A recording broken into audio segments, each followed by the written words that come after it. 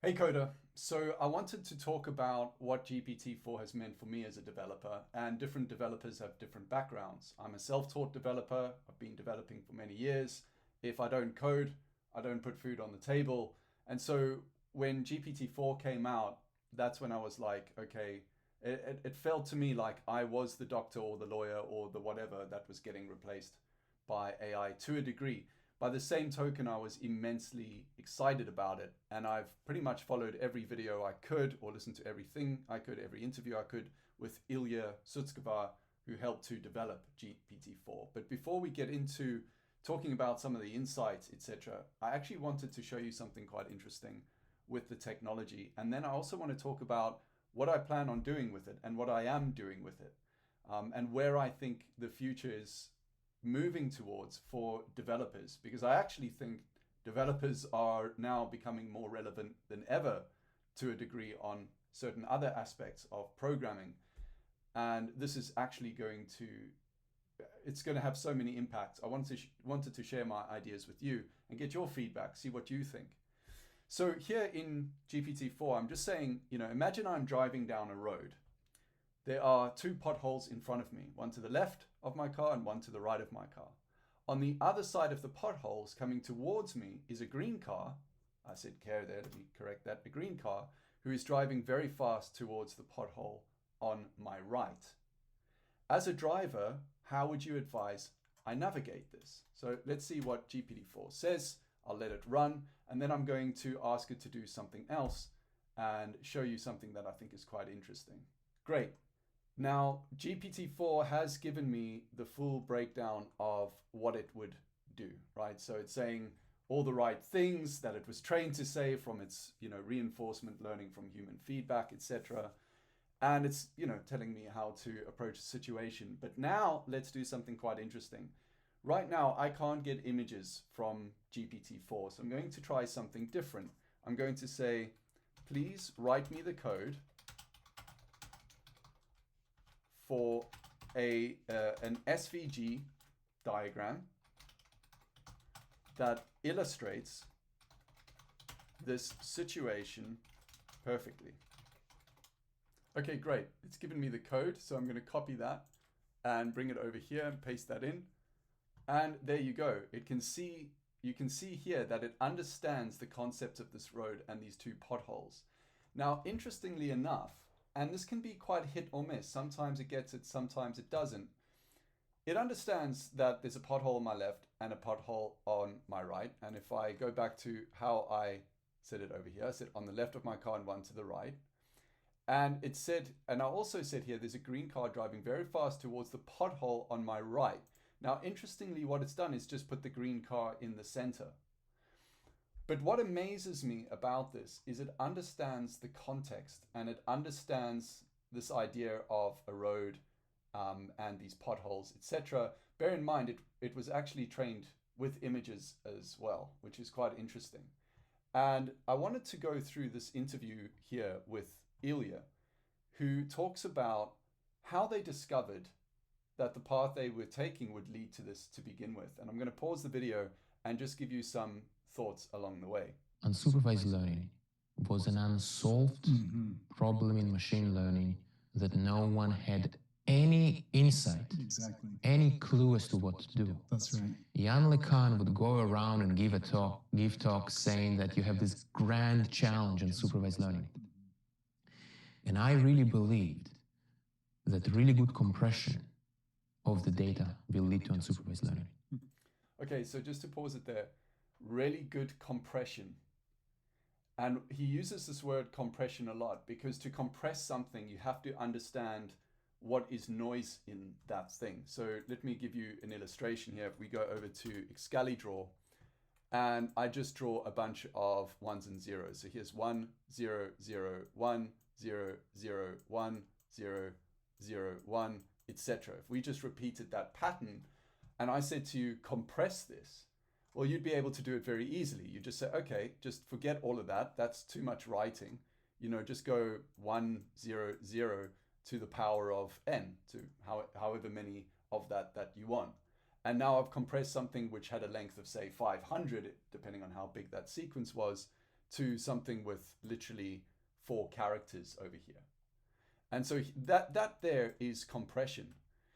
But if I said to you, go and compress something which is random. So here, let's put 1, 1, 1, 0, 1, 1, 0, 1, 0, 0, 0, 0, 0, 0, 1, 1, 0, 1. This is completely random. And if I said to you, go and compress this, you'd be like, well, I don't know how to go and do that because it's completely random. And so there's a link between randomness and information. This here, this random sequence actually, you could say, contains a lot more information. There's a lot more complexity in this. And this sequence over here, you could say, contains less information, but it's very easy for us to decode and extract that information. And so I think what's happened here is Ilya has identified this, and he's been looking for, what model is going to help with compression, i.e. to compress something, it has to spot the sequence. It has to understand the context. It needs to find some kind of logical pattern in there. Compression is not language that's commonly used to describe what is really being done until recently, when suddenly it became apparent to many people that those GPTs actually compress the training data. You may recall the Ted Chiang New York Times article, which also alluded to this. But there is a real mathematical sense in which training these autoregressive generative models compress the data. And intuitively, you can see why that should work. So he's saying it worked, right? So we were able to go and compress the data, and these large language models could do it. He mentions it as, in the context of GPT, so, generative pre-trained transformer. And so this basically is an architecture of the transformer architecture, right? So you have different architectures. You have BERT, you have GPT, you have these different architectures. He's saying, this has essentially worked. If you compress the data really well, you must extract all the hidden secrets which exist in it. Therefore, that is the key.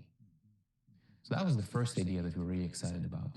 And that led to quite a few works in OpenAI, to the sentiment neuron, which I'll mention very briefly. This work might not be well known outside of the machine learning field, but it was very influential, especially in our thinking. This work, like the result there was that when you train a neural network, back then it was not a transformer, it was before the transformer. Right. Small recurrent neural network, LSTM, to those who remember. Sequence work you've done, this is some of the work. So, this is also interesting. It didn't take a transformer to figure out that this type of compression leads to learning. He's saying that even with LSTMs, which for those of you who don't know, the deep learning side stands for long short-term memory. It's a neural network architecture that had slightly better memory retention than its predecessor, which was an RNN, which still gets used today, a recurrent neural network. So if you think of an RNN as stage 1, where it had some memory, and then an LSTM of stage 2, and then a transformer, which just, it can pull context from a sequence from way back. This is sort of the evolution. So he's saying this was back at the LSTM time. You've done it yourself, yeah. So the same LSTM with a few twists, trained to predict the next token in Amazon reviews, next character. And we discovered that if you predict the next character well enough, there will be a neuron inside that LSTM that corresponds to its sentiment.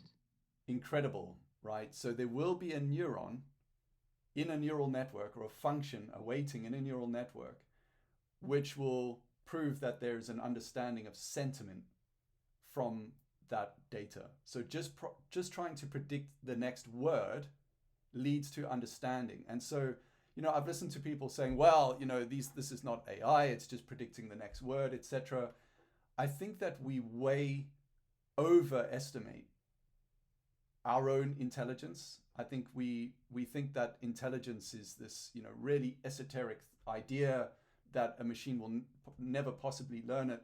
But actually, a lot of what we are doing, even me as I'm talking now, is predicting the next word. And this really resonated with me because I spent a lot of time for the Crypto Wizards YouTube channel looking at the stock market and saying, okay, how random is the stock market, right? So can I go from 0 to 1 to 0, 0, 0, 1 being down day, up day, down, down, down day, up day. And if I feed it in that sequence for a given stock, can I predict, whether with any percentage of edge, whether the next day will be up? If you can predict direction in the markets, you're laughing. You can make a lot of money doing that. And what you find out is for any liquid markets, it's actually more random. So it's exceptionally difficult to do because there's more complexity going into that.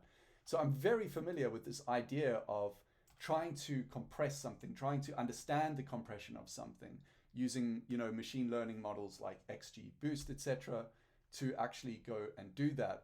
And I think what Ilya has highlighted for us, and something I don't want overlooked in our knowledge base as a society, is that these guys have discovered something. They've discovered that the context of trying to predict the next word can be learned by a machine that's trying to predict the next word.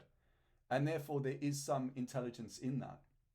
There's another point in the video, I've forgotten where it is exactly, but I do encourage you to watch this whole video end to end. Like, I was glued to this video. Out of all the ones I've watched, this is one of my favorites. But they actually talk about reasoning. How does GPT-4 know how to reason?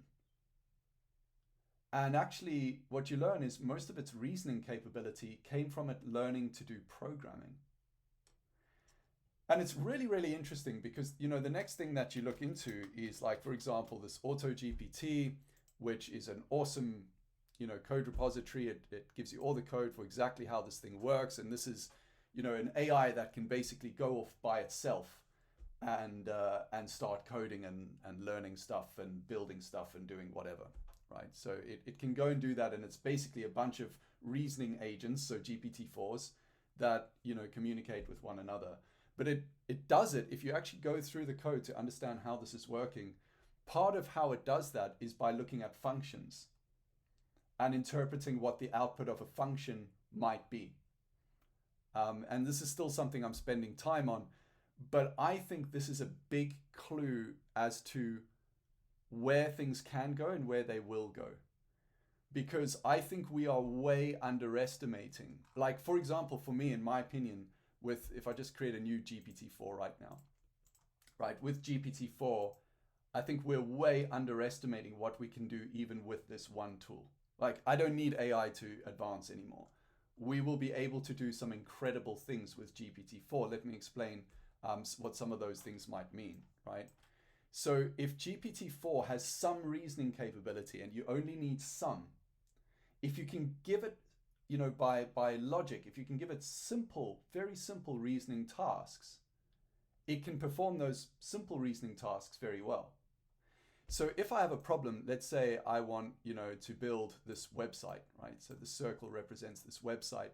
That circle is made up of lots of problems that need to be solved. Some are bigger than others. So there's a problem, here's a problem, etc. All these things that have to be solved in order to build that website.